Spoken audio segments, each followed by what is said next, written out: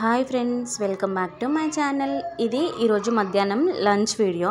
Lunch అని కంటే మార్నింగే ప్రిపేర్ చేసిన 11:30 కల్లా అయిపోయింది. వైట్ రైస్ ఇంకా పప్పు అయితే చేసినాను.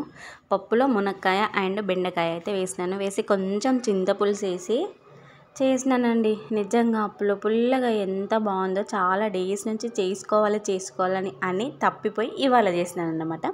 దీనిలోకి కాంబినేషన్ ఏదన్నా పాపడాలు ఉంటే బాగుంటుంది కదా అని చెప్పేసి ఇవైతే వేపుకున్నాను.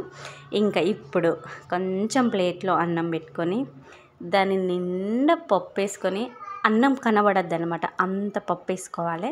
పప్పు వేసుకొని పక్కన కొన్ని మన పాపడాలు వేసుకొని ఒక్కొక్క ముద్దకు పాపడాలు పెట్టుకొని తింటే ఉంటుంది చూడండి. నిజంగా వేరే లెవెల్ అసలు. నేనైతే మార్నింగ్ 12 o'clock లోపే ఈ వేడి పప్పు అన్నంతోనైతే కుమ్మేసినాను. ఇంకా ఈ వీడియో మీకు నచ్చిందా? ఒక్క లైక్ చేయండి, అలాగే మా ఛానల్ని సబ్స్క్రైబ్ చేయండి. Bye friends.